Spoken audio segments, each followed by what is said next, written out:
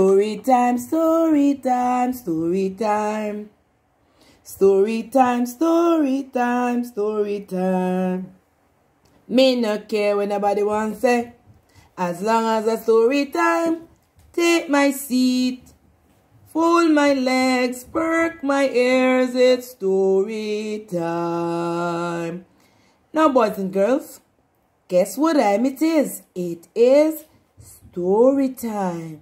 It is story time. So okay boys and girls, sit back, relax, and listen.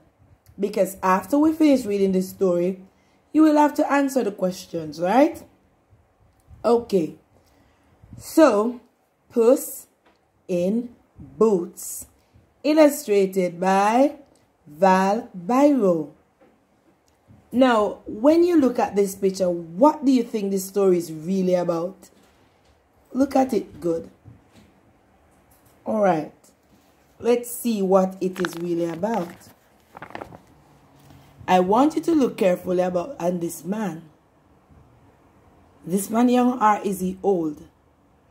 Alright. Once there was a miller who had 3 sons. When he grew too old to work, he gave the mill to his eldest son, his donkey to his middle son, and his cat to his youngest son. So there he is. He got very old. That's the mill, the sons, a donkey, and his cat. All right. At first, the youngest son wishes he had been given the donkey or the mill. But then the cat spoke to him. "Don't worry, master," it said.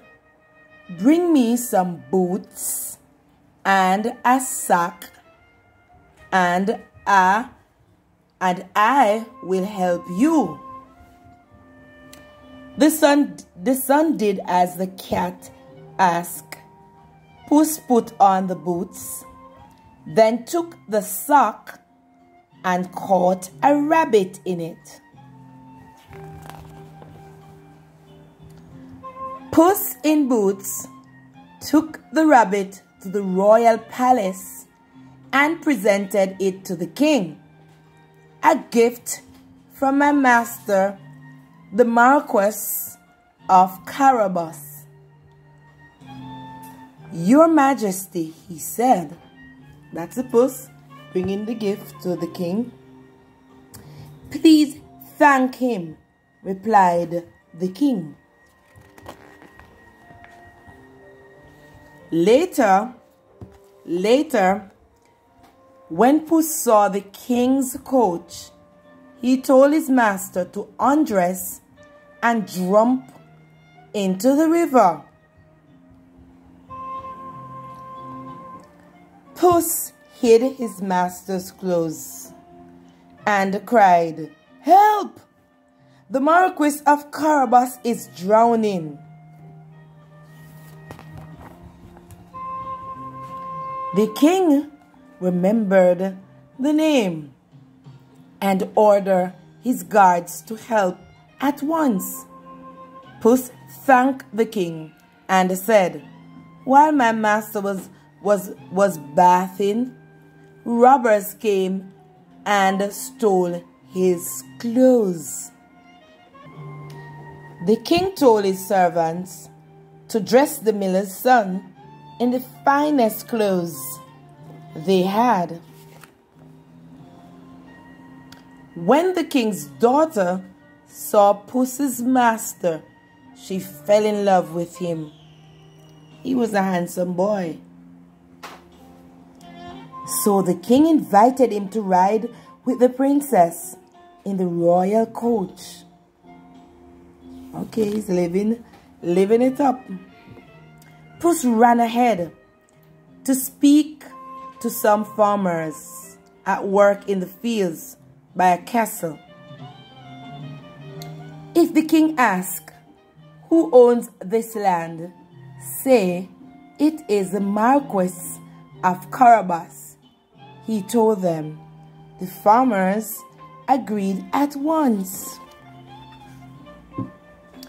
Then Puss ran onto the castle gates. So here is the castle, and so he's right at the gate. A cruel giant lived in the castle. Puss asked the guard if he could see him. So there are the guards, the guard there, and that Puss talking to them. A castle is a very big place, right? Puss knew that giants could do magic. Can you change into anything you like? He asked. In a flash, the giant turned into an enormous lion. There he is. Wow. That is all very well, said Puss. But I would be much more impressed if you could turn into something small, like a mouse. The giant was vain and liked to show off. But the moment he changed into a mouse, Puss pounced and ate him up. So there was no more giant. Look at him. So it's not good to show off. Because when you're vain, you do all kind of things to please people. You don't need to do that because you are special in your own right. When the royal party arrived at the castle, Puss greeted them. Welcome to the home of the Marquis of Carabas. The king was so impressed by the castle that he agreed to let his daughter marry Puss in Boots' master. There he is. You look at Puss there, feeling very pleased. And that's his master and king, and that's a princess. The miller's son and the princess lived happily ever after, all thanks to Puss in Boots. Puss lived in the castle too, and from that day on, he was treated like a prince. Wow. Now, boys and girls, did you like that story? I hope you did. Did you enjoy it? Alright. Now, this time I want you to tell me the title of the story. What did you love most about this story? If you were the author of the story, what would you change about it? Alright, remember now, boys and girls, reading maketh a man. The more you read, the better you will be. The more you read, the more fluent you will be. And the more you read, the better you will be at answering questions, because your vocabulary will be filled with different words. You can read any books and it takes you to a different country. Have a wonderful afternoon, boys and girls. Remember, you can do all things through Christ who strengthens you. Have a wonderful afternoon. Special boys and girls. Great.